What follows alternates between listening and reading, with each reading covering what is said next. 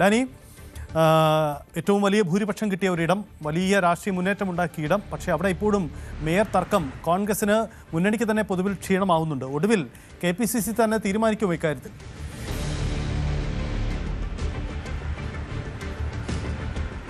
സജിത്ത്, ഇതിൽ KPCCയിൽ തീരുമാനം എടുക്കാൻ കഴിയുമോ എന്ന കാര്യമാണ് ഇപ്പോഴത്തെ തർക്കം കണ്ടിട്ട് തോന്നുന്നത്. കാരണം വലിയ രീതിയിലേക്ക് അത് മാറിയിരിക്കുന്നു. സജിത്ത പറഞ്ഞതുപോലെ മൃഗീയമായൊരു ഭൂരിപക്ഷത്തിലേക്കെല്ലാം തന്നെ UDF വന്നു. അതിൽ കോൺഗ്രസിന് തന്നെ 43 സീറ്റിൻ്റെ അപ്രമാദിത്യം കൗൺസിലിൽ കൽപ്പിക്കപ്പെടുന്നു. എന്നിട്ടും ഒരു സ്ഥാനാർത്ഥി, മേയർ ആരാണ്, ആ സ്ഥാനാർത്ഥി ആരാണ് തീരുമാനിക്കാനായിട്ട് ഇതുവരെയും കഴിഞ്ഞിട്ടില്ല എന്നാണ്. 3 പേരുകളെ ചൊല്ലിയുള്ള ഒരു തർക്കം അത് ഇങ്ങനെ നീളുന്നു. കഴിഞ്ഞ ദിവസങ്ങളിൽ പാർലമെൻ്ററി യോഗം നടന്നു, പക്ഷേ അതിൽ തീരുമാനമായില്ല. ഇന്ന് വീണ്ടും യോഗം ചേരുമെന്ന് പറയുന്നു. അതിൽ തീരുമാനമാകുമോ എന്ന് ആർക്കും ഒരു ഉറപ്പില്ല. അടുത്ത ദിവസങ്ങളിൽ പ്രതിപക്ഷ നേതാവ് സ്ഥലത്തുണ്ട്. പ്രതിപക്ഷ നേതാവിൻ്റെ വാക്കായിരിക്കും അന്തിമമെന്ന് പറയപ്പെടുന്നുണ്ടെങ്കിലും അതാകുമോ എന്ന കാര്യത്തിലും സംശയമാണ്. ഏതായാലും ഈ രീതിയിലാണ് കൊച്ചി കോർപ്പറേഷൻ്റെ മേയർ സംബന്ധിയായ കാര്യങ്ങളിൽ കോൺഗ്രസിനകത്തെ ചർച്ചകൾ നീണ്ടുപോകുന്നത്.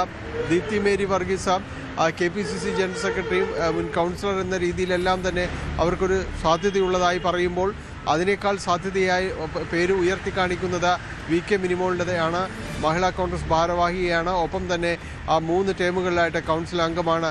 അതോടൊപ്പം വളരെ നിർണായകമായി ലത്തീൻ സഭ ആവശ്യപ്പെടുന്ന 2 പേരുകളിലൊന്ന് VK മിനിമോളുടേതാണ്. അങ്ങനെ കൗൺസിലർമാർക്കിടയിലുള്ളൊരു സ്വാധീനവും ജില്ലാ നേതാക്കളുമായുള്ളൊരു അടുപ്പവും എല്ലാം തന്നെ തുണയാകുമെന്ന് അവർ കണക്ക് കൂട്ടുകയും ചെയ്യുന്നു. ഒപ്പം A ഗ്രൂപ്പ് ഉയർത്തിക്കൊണ്ടുവരുന്നത് ഷൈനി മാത്യുവിനെയാണ്. ഇതിനു മുൻപ് ഷൈനി മാത്യുവിൻ്റെ പേര് പരാമർശിക്കപ്പെട്ടിരുന്നു. അന്ന് വീതം വെപ്പ് മേയർ എന്ന രീതിയിലേക്ക് പറയപ്പെട്ടിരുന്നൊരു സമയത്തായിരുന്നു, സൗമ്യ വിജയൻ ഉണ്ടായിരുന്നൊരു സമയത്ത്. പക്ഷേ അന്ന് ആ ഒരു പകുത്തെടുക്കൽ, അധികാരം പകുക്കുന്ന 2.5 വർഷം വീതമുള്ള നടപടി പ്രായോഗികമായില്ല. അന്ന് ഷൈനിമോൾക്ക് മേയർ സ്ഥാനത്തേക്ക് എത്താനായിട്ട് സാധിച്ചുമില്ല. പിന്നീട് ഇപ്പോൾ കൗൺസിലിലേക്ക് തിരഞ്ഞെടുക്കപ്പെടുമ്പോൾ അതേ ക്ലെയിമുമായിട്ട് വീണ്ടും A ഗ്രൂപ്പ് മുന്നോട്ട് വരുന്നുണ്ട്. കൗൺസിലിൽ A ഗ്രൂപ്പിന് നിർണായക സ്വാധീനമുള്ളത് കൊണ്ട് തന്നെ ആ പേര് ഒരുപക്ഷെ സജീവമായി ചർച്ച ചെയ്യേണ്ട ഒരു അവസ്ഥയിലേക്കും കാര്യങ്ങൾ വരുന്നുണ്ട്. ഏതായാലും ഇപ്പോൾ ഉള്ളൊരു വിഷയം ഇത് പങ്കുവയ്ക്കപ്പെടുക, അതായത് മേയർ സ്ഥാനം വീതം വയ്ക്കുക എന്ന രീതിയിലേക്ക് തന്നെയായിരിക്കും ഒരു പ്രായോഗിക നടപടി എന്ന ചിന്തയിലാണ് പലരും പോകുന്നത്.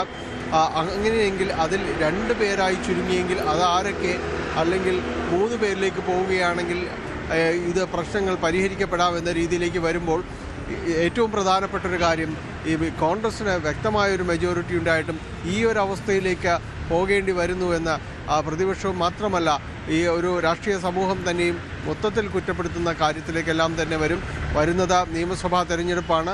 അതുകൊണ്ട് ഈ ഒരു വിഷയം പോലും പരിഹരിക്കാൻ കഴിയാതെ മുന്നോട്ട് പോകുന്നൊരു പാർട്ടി എന്ന ചീത്തപ്പേരും കൂടി കോൺഗ്രസ്സിന് ചാർത്തപ്പെടുമോ എന്ന ആശങ്കയിൽ തന്നെയാണ് ഭൂരിപക്ഷം പ്രവർത്തകർ. ഏതായാലും ഇതുവരെയും, ഈ നിമിഷം വരെയും മേയർ ആരുന്ന കാര്യത്തിലേക്ക് ഒരു തീരുമാനത്തിലെത്താൻ കോൺഗ്രസിന് കഴിഞ്ഞിട്ടില്ല. സജിത്ത്, എന്തായാലും കൊച്ചി മേയർ തീരുമാനമില്ല. തൃശ്ശൂരും സമാനമായ ചില പ്രതിസന്ധികൾ എന്നാണ് കേൾക്കുന്നത്. എന്തായാലും ഡാനി, കൊച്ചിയിലെ തർക്കങ്ങൾ കോൺഗ്രസ് പരിഹരിക്കട്ടെ. ഇത്ര വലിയ ഭൂരിപക്ഷം കിട്ടിയെടുത്ത് ഡാനി എന്തായാലും തുടരുക. മറ്റൊരു വാർത്ത കൂടി നമുക്ക്